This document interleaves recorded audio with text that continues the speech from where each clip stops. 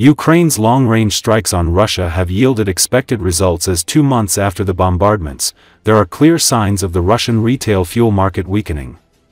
Ukraine's drone offensive has disabled as much as 40% of Russia's oil refining capacity, triggering nationwide fuel shortages and price surges, according to Kyiv Post analysis. Ukraine's unmanned aircraft, Army Military Intelligence and Special Operations Forces, on August 2, kicked off a campaign using long-range drone strikes targeting mostly Russian oil refineries. Since then, Ukrainian kamikaze drone aircraft have launched at least 55 attacks against Russian fossil fuel processing infrastructure, with the longest strikes hitting facilities 1,500 to 1,700 kilometers away in Russia's Perm and Baskhorstan oil-producing regions, according to Kyiv Post estimates. Ukraine's unmanned aircraft forces routinely attack more targets than Russian oil refineries. The biggest known Ukrainian attack with drones against Russia probably took place on August 2, when Russia's defense ministry claimed its forces shot down at least 332 encroaching aircraft in a night of air combat. The kamikaze robot planes themselves have been relatively modest in size, comparable to a light single-engine recreational aircraft and, often, much smaller, carrying no more than 200 kilograms of explosives and usually much less. In early September, after a month of Ukrainian attacks, traders and overseas analysts were estimating the Russian capacity to process crude oil into product had already fallen by 17 to 25%. A month later, the most common estimate was 38 to 40%.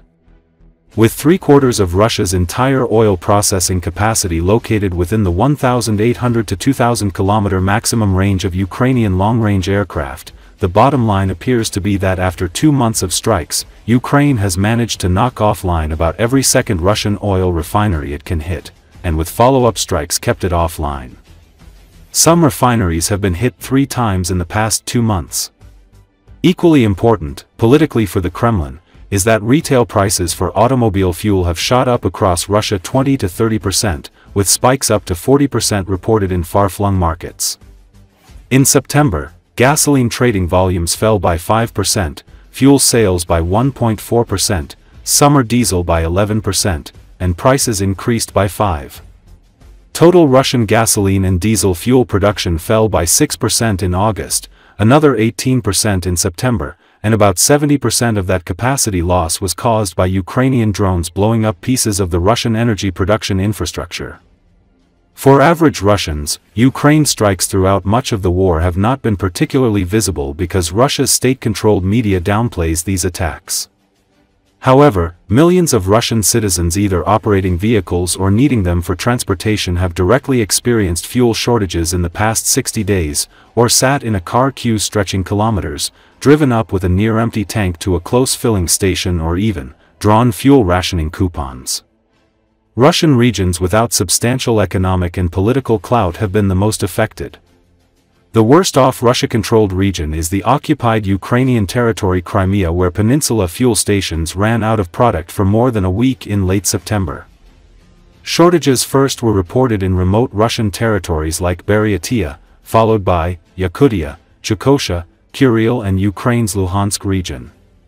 As supplies have run low, spiking wholesale prices and fuel station shutdowns have rippled into Russia's central industrial heartland.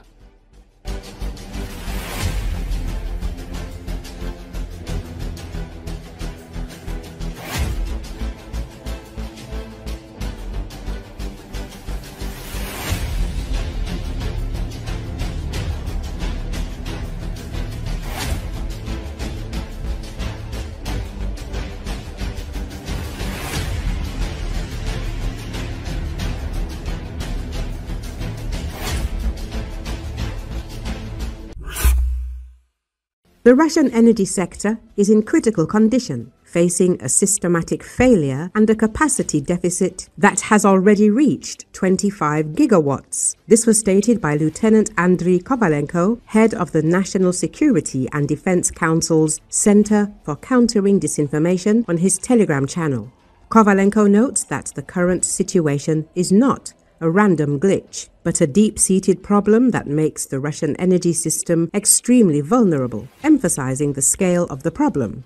Russia's energy sector today is a power keg. The capacity deficit is reaching 25 gigawatts. This isn't an isolated failure, but a systematic failure, and that doesn't even include the systematic blows that Russia itself is bringing forward with its actions against our energy sector, he noted.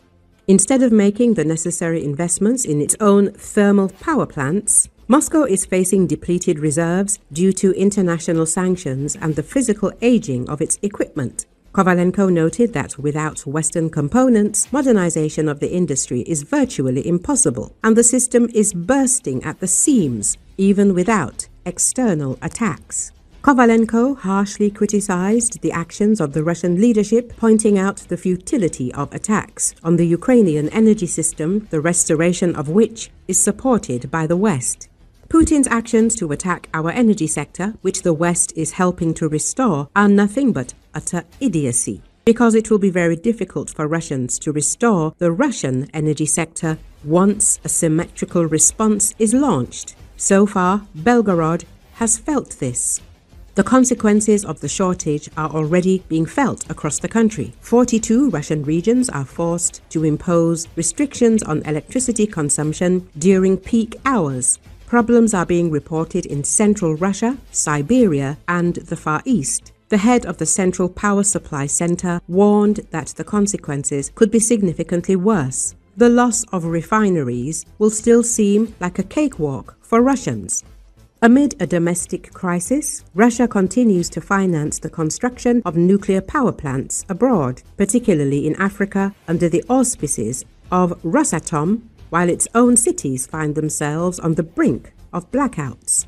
Kovalenko concluded that the sanctions have already dealt an irreparable blow. The sanctions have already struck. There are no reserves. The infrastructure is deteriorating, and there is no exit plan. Meanwhile, Putin is attacking Ukraine and guaranteeing his population a cold and dark winter because no one will tolerate it. Protecting Moscow is Putin's primary plan right now, and to achieve this, he is prepared to sacrifice all regions. The head of the Center for Political Studies stated. Mikhail Gonchar, an expert on international energy relations and security and president of the Strategy 21 Center for Global Studies, believes that drones alone are not capable of causing large-scale blackouts in Russian cities. According to him, although the range of modern UAVs is constantly increasing, their capabilities are limited. They are not cruise or ballistic missiles. Drones' payloads are approximately 50 kilograms, which is enough to disable a transformer or damage equipment at an oil refinery, but not to destroy large energy facilities.